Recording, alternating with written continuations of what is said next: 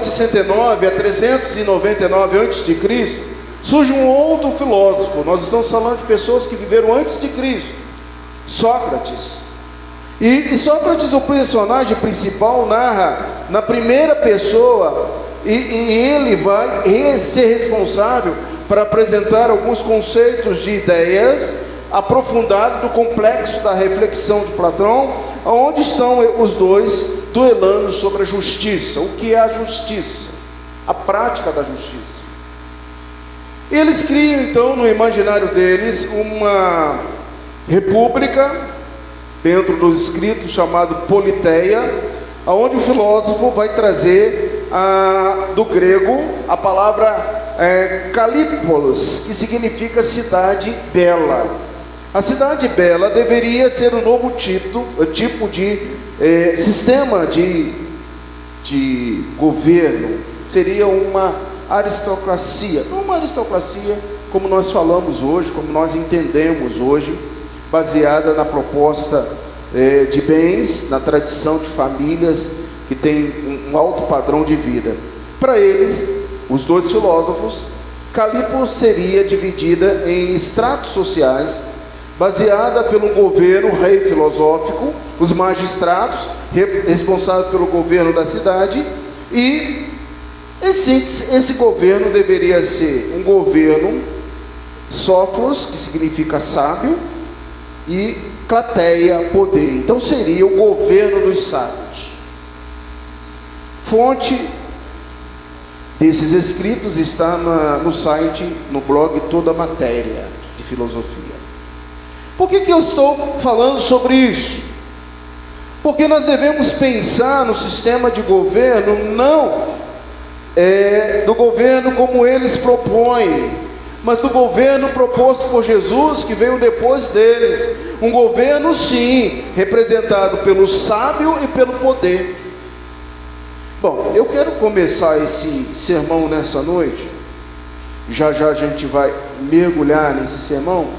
Mas você pense em Teófilo, endereçando a carta a Lucas, endereçando a carta a Teófilo. Teófilo lendo essa passagem. Imagine Teófilo lendo assim de Lucas.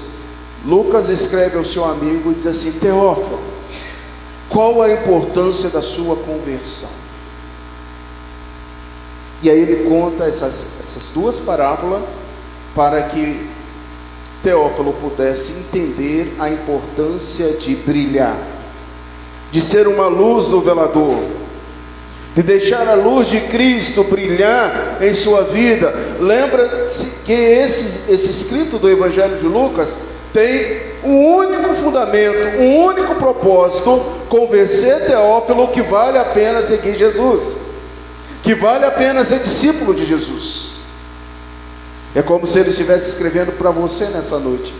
E a gente começa lá pela parábola da candeia e a gente vai voltando, como se ele estivesse escrevendo para você: olha, meu irmão, coloca aí o seu nome. Olha, meu irmão, a sua vida precisa brilhar, a sua igreja precisa brilhar.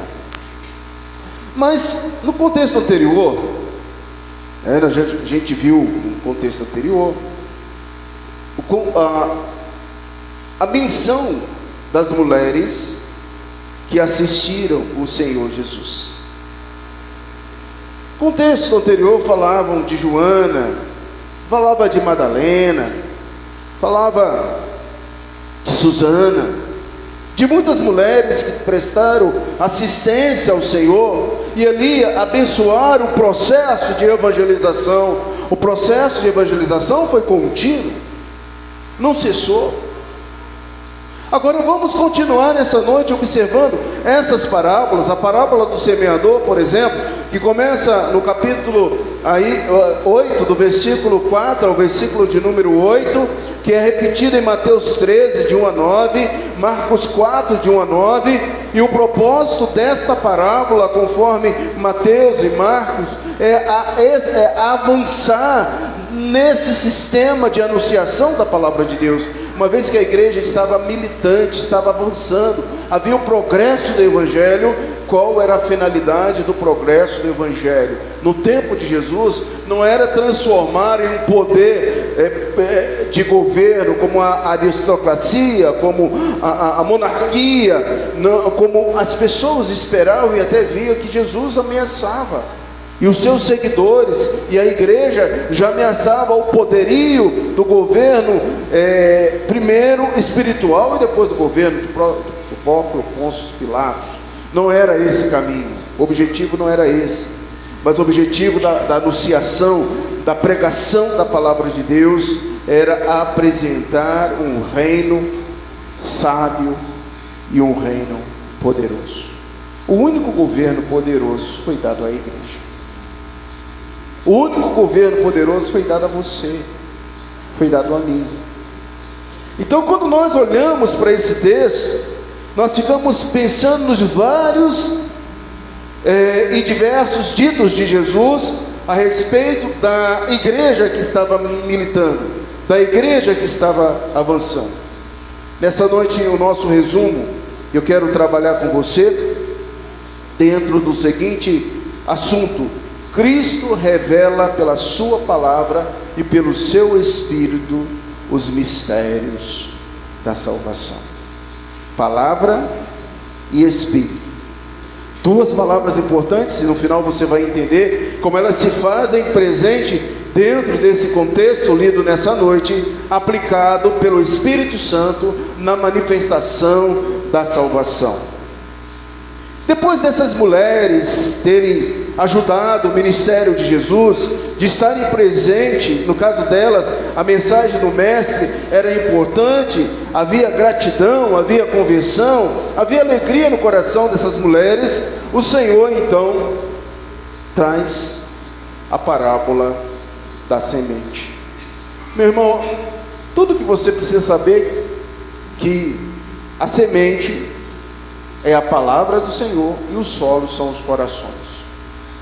Então nós vamos ter 4 tipos de corações e uma qualidade única da semente, que é a palavra do Senhor. E eu quero começar a observar simplesmente um tipo de semente. Veja aí, versículo 8. Sabe por quê? Porque se você está aqui nessa noite, você é esse solo. Você recebeu essa semente. Outra final caiu em boa terra. O seu coração é essa boa terra. E essa semente, que é a palavra do Senhor, ela cresceu.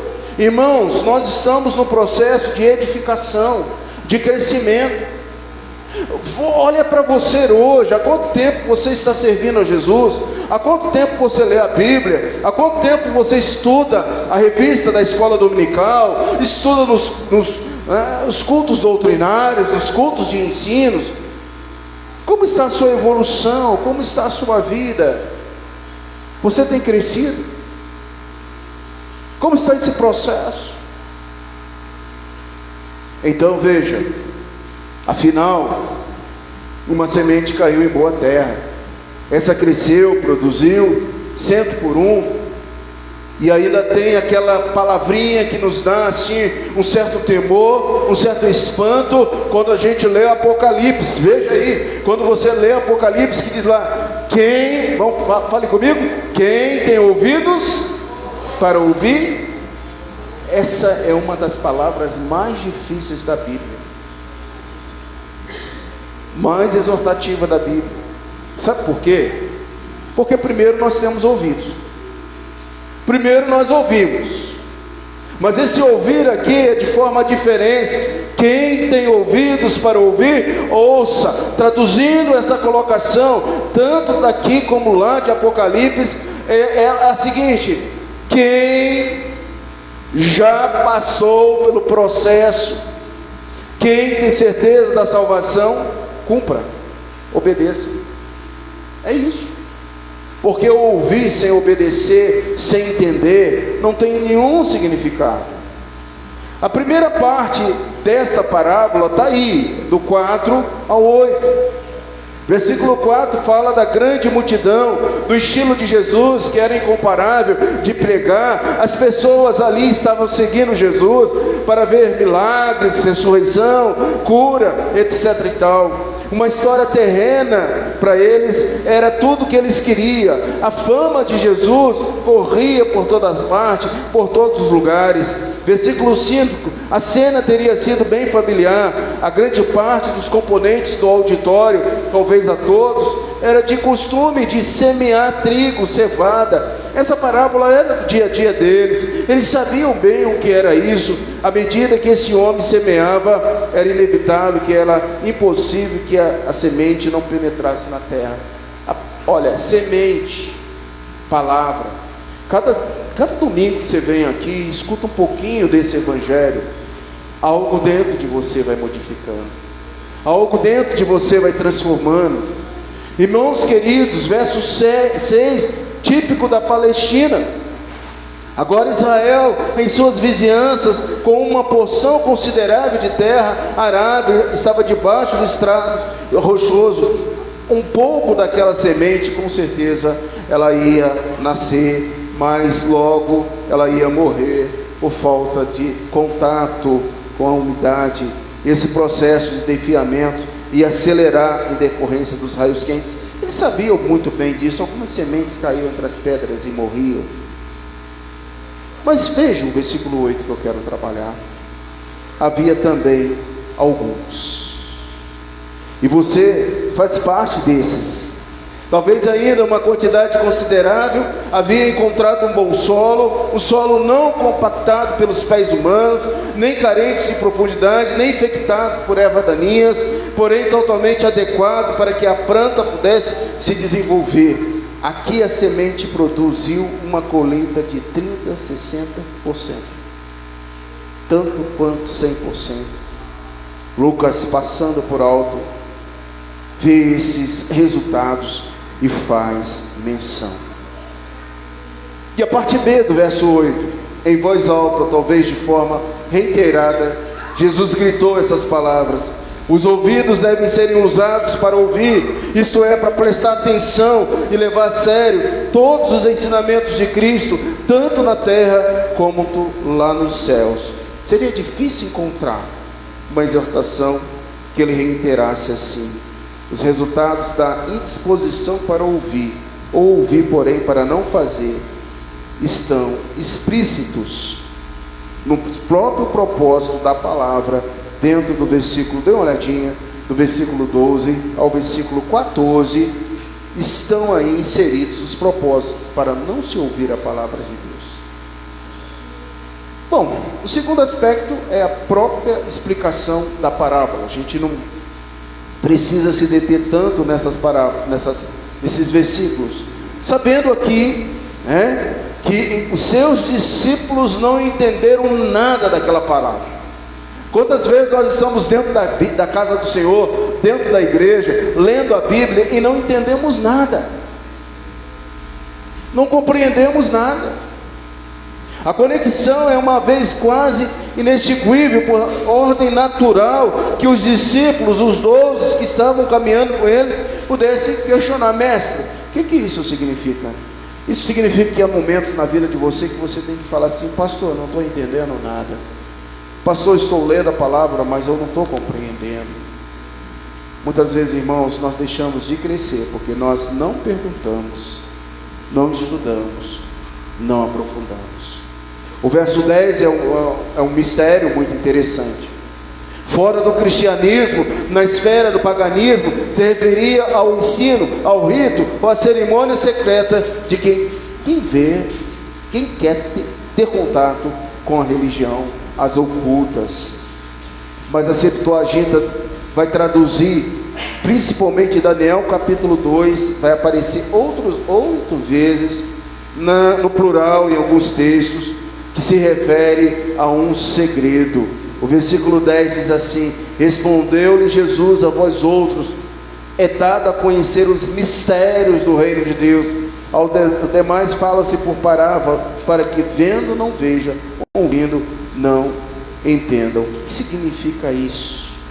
algo que eles não entendam em oculto.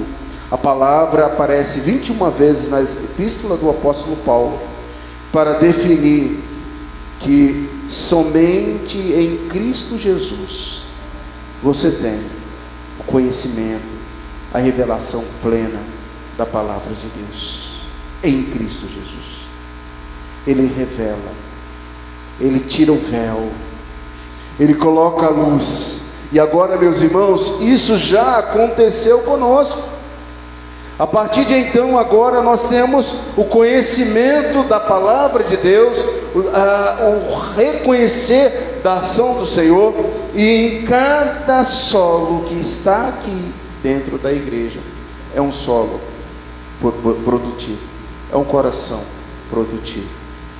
Então veja, quero dar ênfase hoje, vamos voltar lá no propósito inicial. Por que a igreja? Por que a igreja não apresenta essa luz como convém?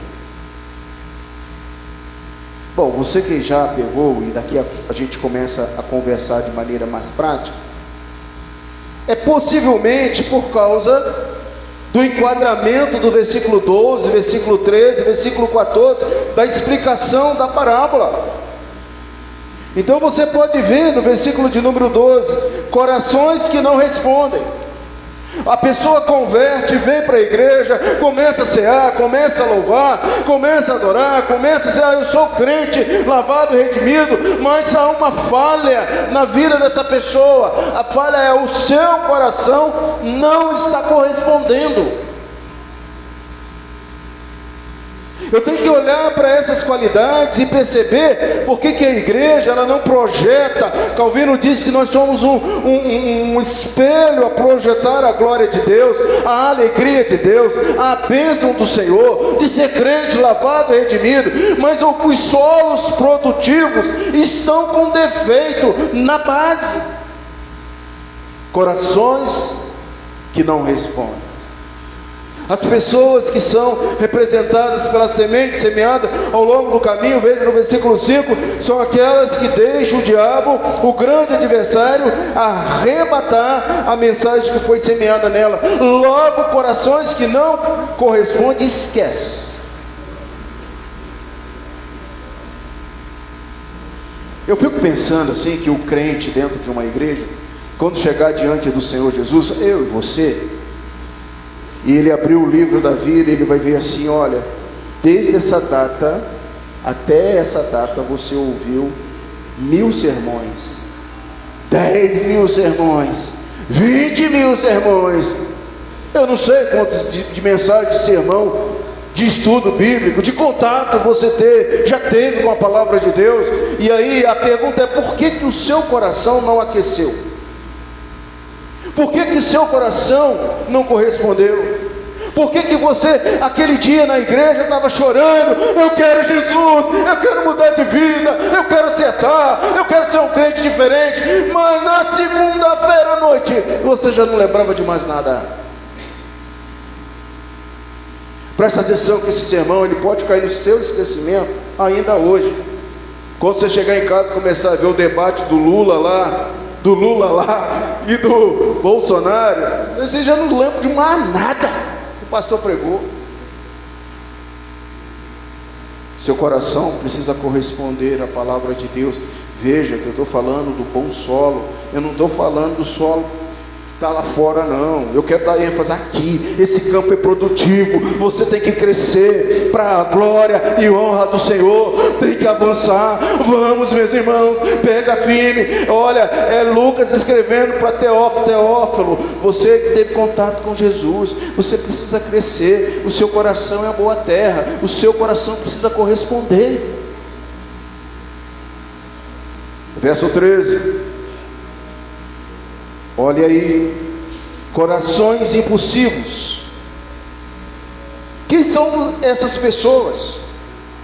Aqui caiu sobre a pedra, são os que ouvindo a palavra, a recebem com alegria, e esses não têm mais raiz, crescem apenas por algum tempo, e na hora da provação, se desviam.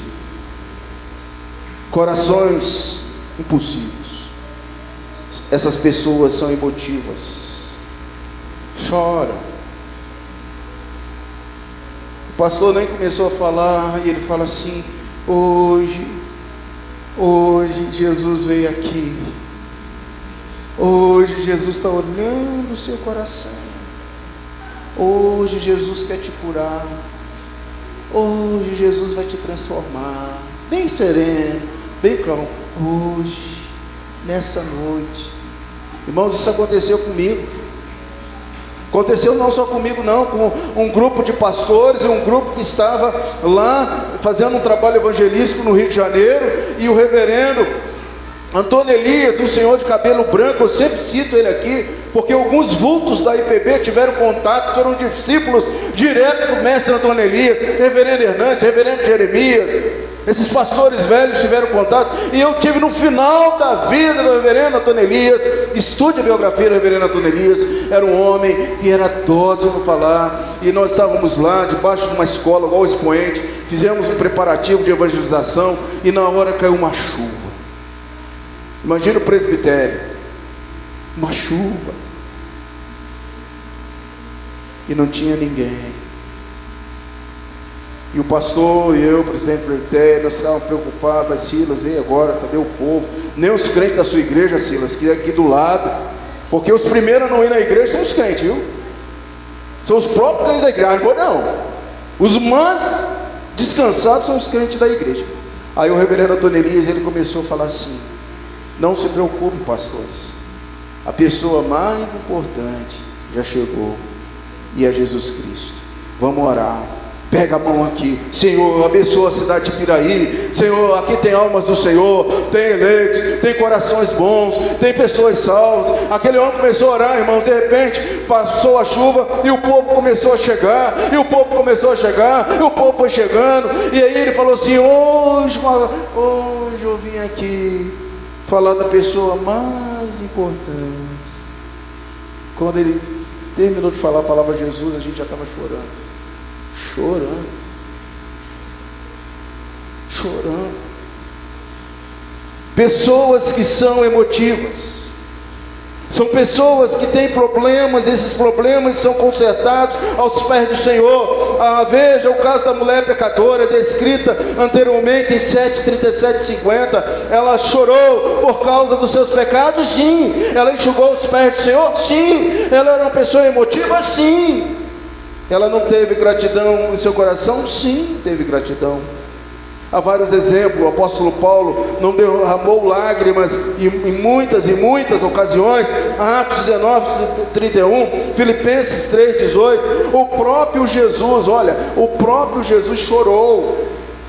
O problema não é chorar, o problema não é ser emotivo. Aqui nesses corações o problema simboliza a semente que caiu sobre a rocha, consiste em suas emoções, e as suas emoções são superficiais, não radicadas em convicções profundas, são superficiais, choram superficialmente. Essas pessoas não têm raízes. Embora chore por um sermão, por uma palavra, logo depois esquece e volta ao seu antigo pecado. E são pessoas que estão dentro da igreja. Veja que a minha tese hoje é porque que nós não apresentamos com eficiência essa luz. Eu vou chegar na luz. Essa luz que deve brilhar. Versículo 14. Então já falamos dos corações impulsivos, já falamos dos corações que não respondem. E agora que talvez eu quero falar de 80% de vocês que estão aí. Corações preocupados. Qual é o crente que não tem uma preocupação? Quantas vezes a gente não entra dentro da igreja com uma preocupação enorme na nossa mente, em nosso coração? Preocupação com a segunda-feira, preocupação com a semana, preocupação com a saúde, preocupação com o emprego, preocupação com a educação de um filho, preocupação com a saúde da mãe, do tio, preocupações. Eu até quero dizer que 80% dos crentes que vêm aos cultos vêm com preocupações. São crentes preocupados. E por favor, Se você está preocupado aqui nessa noite, você sabe o que você deve fazer. Nós já sabemos. Essa parábola é realmente notável. Cada grupo de pessoas define o anteriormente já apresentado. Os que pertencem à primeira categoria, representado pela semente que caiu ao caminho, nunca responde em qualquer sentido à pregação da palavra de Deus, porque o diabo tira, endurece cada vez mais. São crentes que estão na casa do Senhor com o coração duro. Como está seu coração? Se o seu coração está duro, você está na primeira linha, na primeira classe. Os de segunda respondem imediatamente, choram, há entusiasmo no seu coração e com a mesma rapidez esquece. Da terça-feira já não lembra de mais nada. E os de terceira, aqueles que pertencem à terceira classe, também perecem, ainda que gradualmente. A preocupação sufoca. Você vem domingo, está preocupado. Você vem terça, está preocupado. Você vem quarta, está preocupado. Você vem quinta, está preocupado. Você ora e nada acontece. Você espera e nada acontece. A terceira classe de pessoas, pelo modo em que Lucas diz, versículo 14, apresenta modo sumário que Jesus adverte e nos adverte sobre 3 perigos. Quais são esses 3 perigos? O primeiro, os cuidados ou preocupações com esta vida. Olha para mim, meus irmãos. Se eu estou muito preocupado com esta vida, eu estou tirando Jesus do centro da minha existência. Você está muito preocupado com a sua vida? O que vai acontecer com você? Com a sua saúde? Com o seu trabalho? Com a sua família? As preocupações com a vida são corrosivas e impedem as pessoas de concentrar-se na bênção que Deus está constantemente provendo. Quando nós fizemos o discipulado, lembra, quero trazer à memória aquilo que me dá esperança. Você está preocupado com o quê? Você sabia que Jesus disse que Ele cuida de você como a menina dos olhos, dos teus olhos? Você sabia que Jesus cuida de você? Ele conhece quantos fios de cabelo você tem na sua cabeça agora, quantos caíram no banheiro essa semana. Você sabe que todos os seus dias estão pré-determinados, escritos, contados, e que nada vai acontecer com você. Mas se eu pegar um câncer, eu vou morrer hoje. Quem disse que você vai morrer hoje? Testemunhe Jesus, viva Jesus, glorifique Jesus. Se acontecer uma bala perdida, eu vou morrer. Se o Senhor Jesus não quiser, você não vai morrer. Você vai morrer quando Deus pré-determinar. Todos os seus dias estão contados. Quantas pessoas morreram, irmãos, no período da Covid? Quantas pessoas? E você está aqui. Está preocupado com a sua vida? Cuidado. Segundo, o desenvolvimento da vida espiritual. Segundo espinho são as riquezas, a sede de riqueza ou a ambição desenfreada para obtê-lo. Um bom exemplo disso é o jovem rico, Lucas 18 a 24, nós vamos ver. Veja também a inesquecível parábola daquela personagem notória, o rico insensato, Lucas 12, 13 e 21. A personagem ostentosa do mendigo, o rico e o Lázaro. Cuidado com a riqueza, é porque a riqueza é inimiga de Deus. Eu sempre fiquei pensando, por que a riqueza é inimiga de Deus? Porque se eu quero ficar rico, se você quer ficar rico, isso vai tudo contra as mensagens que a gente ouve nas igrejas por aí. Se você quer ficar rico, você tem que dedicar a riqueza. Você tem que doar sua vida à riqueza. Você vai ter que trabalhar 48 horas. Você vai ter que trabalhar sem parar. E quando alguém te falar, meu irmão, vamos fazer o discipulado. Quando é, pastor? É uma vez por semana. Não tenho tempo. Não quero. Não vou fazer. Meu irmão, você vem à escola dominical? Não, não posso, estou trabalhando. Você está vendo como é que a riqueza sufoca? E depois que você ficar rico, você tem que tomar conta da sua riqueza. Ah, será que vão me roubar, vão me assaltar? Eu tenho que ter guarda-costas, eu tenho que cuidar das contas, eu tenho que investir a minha mente. O Senhor diz assim: olha, não dá para adorar Mamão e a Deus, não dá para adorar o dinheiro. Meu irmão, o dinheiro vai contra aquilo que Deus propôs para você. Ajuntar, ainda vai chegar, ajuntar tesouros aonde? Nos céus, aonde a traça, aonde o ladrão não chega. Preocupação em ficar rico tira o foco, tira o chão. O menino estava lá na igreja pedindo: Senhor, me dá um trabalho, Senhor, me dá um trabalho, eu quero trabalhar, eu quero ter, é justo ter um trabalho, ter um serviço. Aí o que acontece com aquele menino? Ele some. Onde está aquele menino? Trabalhando. Ele não tem tempo mais. Veja que eu quero falar do solo bom, produtivo, o seu solo. Se a sua preocupação está no segundo grau, desenvolvimento da sua vida espiritual é prioridade, cuidado com as riquezas. Terceiro, os prazeres da vida. Esses também transformam uma pessoa vigilante, destrói alguém piedoso e vai arruinar a sua alma.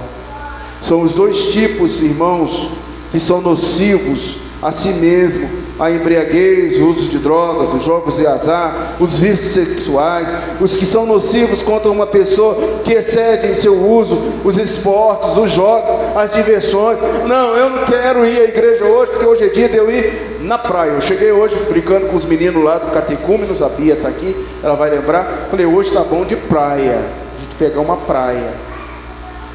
Falei: puxa vida, se eu estivesse no Rio de Janeiro, depois da escola dominical, eu não ia nem almoçar, eu ia para a praia, eu ia para o mar, ia dar um tibum no mar.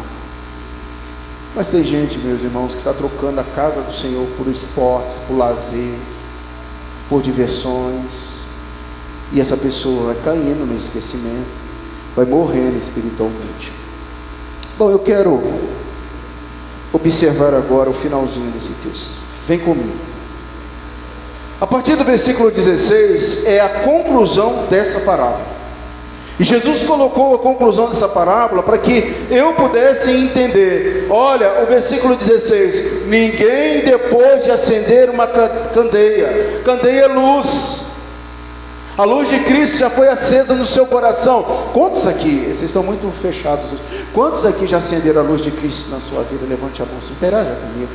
Amém. Você tem a luz de Cristo aonde você for. Então ninguém que já acendeu essa luz, é a igreja, é o terreno bom, é o terreno produtivo, é o terreno fértil. Ninguém que já acendeu uma candeia, que acende uma candeia, cobre com um vaso. Como é que eu posso pegar a luz e colocar um vaso em cima da vela? Vai apagar. Da lamparina, vai apagar. Se eu pegar aqui e colocar algo preto que vai esconder essa lâmpada, e se tampar todas as lâmpadas, ficaremos no escuro, ficaremos em trevas. Você já acendeu a luz de Cristo em sua vida. Como é que você está tampando essa luz agora? Por que você está tampando essa luz? Como você está tampando essa lâmpada? Olha para o texto. O solo deve ser produtivo, os corações devem ser férteis. Os corações férteis são semelhantes a lâmpadas que fornecem luz, energia, que dá bom testemunho. O fruto vai produzir. A palavra ou a mensagem de Deus simboliza uma semente semeada, também uma lâmpada. Salmo 119, 105, você sabe de cor, Salmo 119, 105. Lâmpada para os meus pés, a tua palavra. Você já acendeu isso? Você sabe disso. Assim, amados, a lâmpada acesa deve estar no candeeiro. Só então é que ela serve ao seu propósito para entrar na casa. A lâmpada com frequência era objeto de barro naquele tempo, na forma de um prato com uma asa em uma das bordas. Ao lado oposto da asa havia uma extensão em uma forma de um furo, como uma abertura para o pavio. Isso era uma lâmpada, era uma lamparina. O crente deve ser essa lâmpada. Você deve ser uma lamparina. O seu combustível é produzido pelo Espírito Santo. Introduzi agora a segunda palavra, o Espírito Santo. A palavra está nas suas mãos, dentro do seu coração está o Espírito Santo. O crente deve deixar a sua luz brilhar. Vou deixar a luz de Cristo brilhar. Vai brilhar a minha vida. A luz de Cristo vai brilhar. Eu sou luz para o mundo. Não é só para a sua casa, é para o mundo. A igreja é convidada a ser esse luzeiro. Deixe a palavra de Deus como fator gerencial, governador da sua vida. Essa é a intenção de Deus. Este é o ministério confiado a seus filhos. E dessa forma a igreja tem que deixar a sua luz brilhar. Eu quero reforçar aqui que nós vamos começar nova turma de discipulado. E a festa de início dessa turma vai ser no dia 2 de novembro. Finados agora, feriado, tá? Feriado dia 2, os irmãos que deram positivo, estaremos começando o nosso discipulado, o nosso culto de abertura no dia 2 de novembro. E vai haver um momento discipulado que nós vamos falar assim: você sabe testemunhar? Você sabe testemunhar da sua conversão? A gente vai estudar isso. Porque nós esquecemos desse testemunho. Em poucas palavras dizer por que Jesus me chamou, como eu estava antes desse processo e para onde eu vou agora. Essa é minha convicção e eu preciso deixar essa luz brilhar para que eu possa testemunhar. Os homens, diz o versículo 17, tentam ocultar as coisas, mas não terão êxito, porque Deus traz tudo à luz. Um dia será revelado tudo que agora se acha escondido. Até podemos pensar que podemos esconder alguma coisa, mas deixa eu falar algo para você: de Deus a gente não esconde nada, não há nada escondido. Deus sabe de todas as coisas.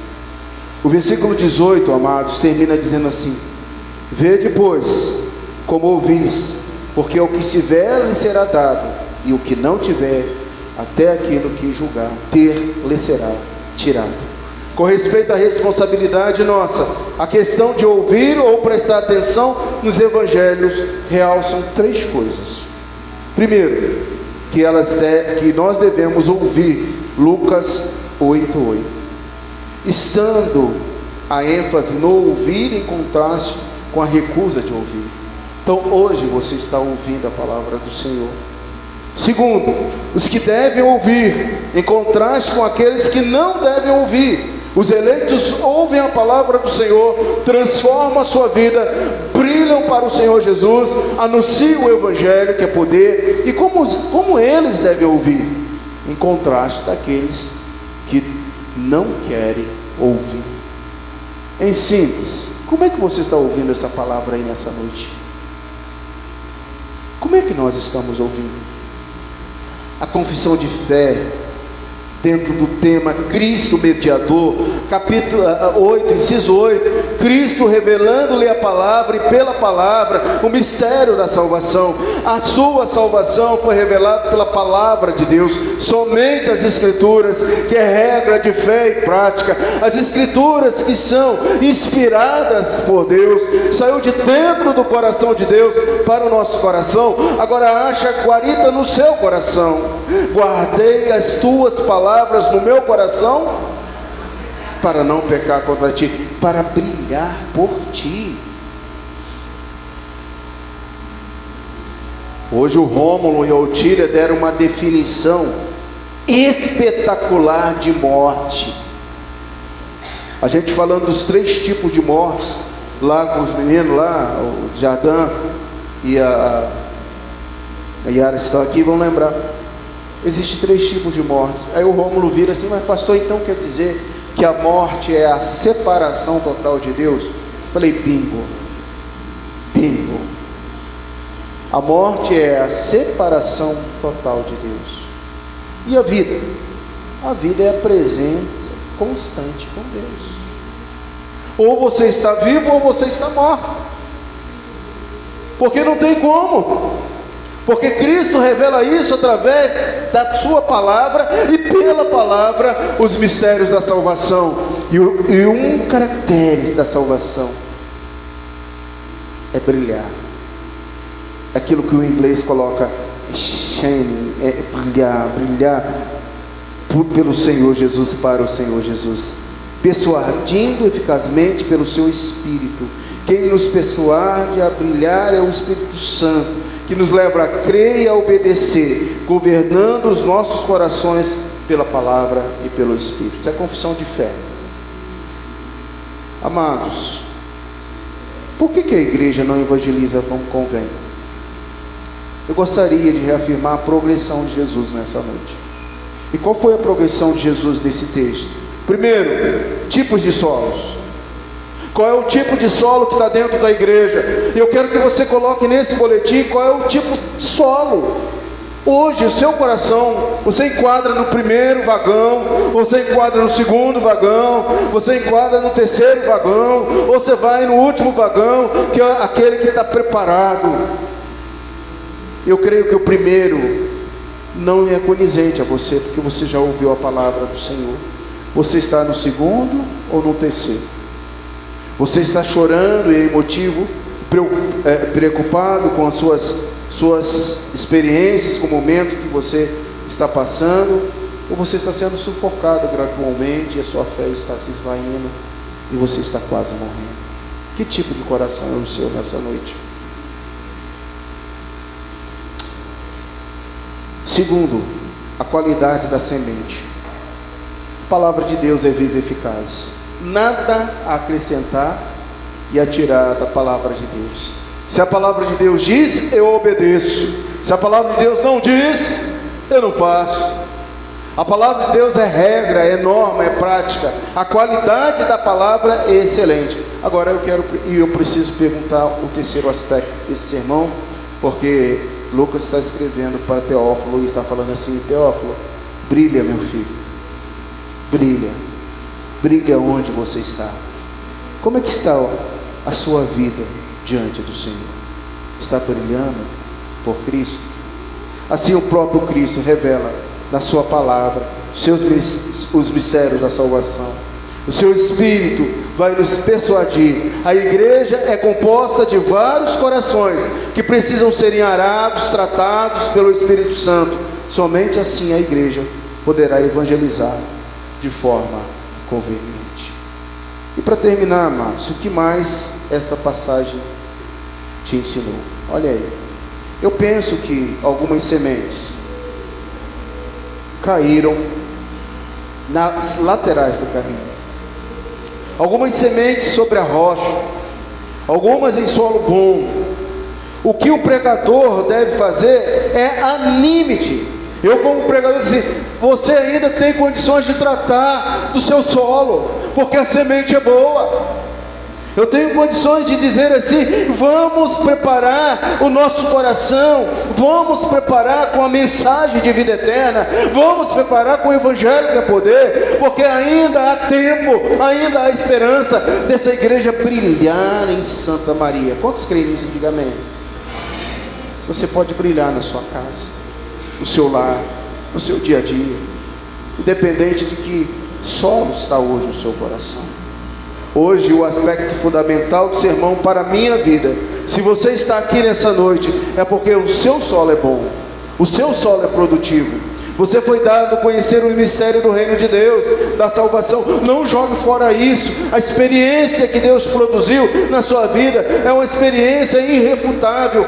Que nós tenhamos sido dados a conhecer a pura graça. E eu lembro de alguém falando assim hoje: ah, pastor, foi o próprio Rômulo: ah, pastor, mas a graça, a salvação é de graça, é de graça. E ele disse: então é por isso que muita gente não valoriza.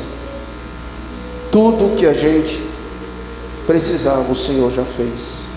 Você aproveita essa graça aí agora, meu irmão. O Senhor está contigo.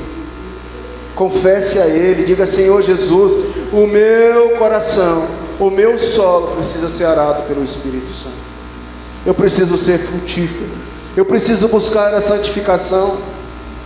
Olha, meus irmãos, ninguém acende uma lâmpada e cobre com uma vasilha ou põe debaixo de uma cama. É ridículo acender uma lâmpada para depois sufocá-la, para dizer: ah, não sou crente não, eu tenho vergonha de ser crente. Quantas pessoas têm vergonha de dizer no trabalho, na escola, aonde está, que é crente? Meu irmão, todos os seus amigos sabem que você é crente.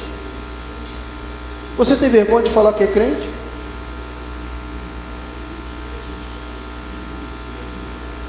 E não tem jeito, uma hora alguém vai dizer: você é crente. O próprio Espírito Santo vai dizer que você é crente. Queridos, portanto, tenhamos cuidado com o modo que nós estamos ouvindo as coisas. Ou coisa complicada é ouvir. Muitas vezes, daqui aonde estou, até os seus ouvidos, o inimigo ele pode distorcer o que eu estou falando e você não entender nada que eu estou falando, e você sair mal-humorado, zangado, brigado, irado. Quando alguém falar alguma coisa, preste atenção, ouça. Ouvir é uma arte. Nós não sabemos ouvir, nós interpretamos mal, falamos depressa, julgamos, matamos, brigamos. E a igreja de Cristo às vezes está igual a de Corinto, divididas, porque o povo era dividido em Corinto. O povo não sabia quem servir, o povo não sabia nem participar da ceia, o pão não chegava lá no final, era só o rico que comia o pão. Eles brigavam por Santa Ceia, eles brigavam por vinho, eles brigavam com as viúvas, eles brigavam. Irmãos, uma igreja dividida, ela nunca vai projetar a luz de Cristo, nunca vai. Tenha paciência. Algumas pessoas são duras para ouvir. Isaías 40, 21. Não entendem. Você fala uma vez, não escuta. Fala duas, não escuta. Fala três, não escuta. Talvez aconteça isso com o seu adolescente de 13 anos. Ele vai te irritar e você vai falar 1000 vezes até você ceder, porque você cansou de falar. É um exemplo. Algumas pessoas ouvem meramente para entreter-se. Faz de conta que eu estou ouvindo. É aquele típico do casal. Bem, você está me ouvindo? Estou. Bem, eu falei. Sim. O que eu falei, bem? Ele estava prestando atenção no futebol. A gente faz cara de paisagem, a gente faz que a gente está ouvindo, mas a gente não está ouvindo nada. E por último, existem aquelas pessoas que só ouvem para criticar. É do contra. Se você falar uma coisa, vai falar outra. Você fala uma coisa, vai falar outra. A palavra de Deus então coloca assim: preste atenção como você está ouvindo, porque algumas pessoas, com o fim de obter a verdadeira sabedoria e para fazer dela o bom uso, aprende a ouvir. Exemplo que eu tenho para vocês: as Escrituras Sagradas falam dos crentes de Bereia. Esses sim examinavam as Escrituras todos os dias, avaliando para ver se eles estavam sendo ensinados corretamente. O exemplo dos crentes de Bereia é o nosso exemplo. Amém? Que Deus nos abençoe. Qual o meu propósito nessa noite? Você possa brilhar a luz de Cristo. Independentemente do seu coração, você pode hoje tratar o seu coração, porque o seu coração é um bom coração.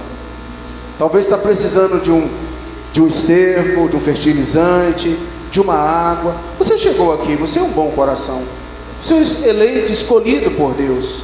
E a igreja, ela precisa cumprir o seu papel. Ela precisa o quê? Brilhar.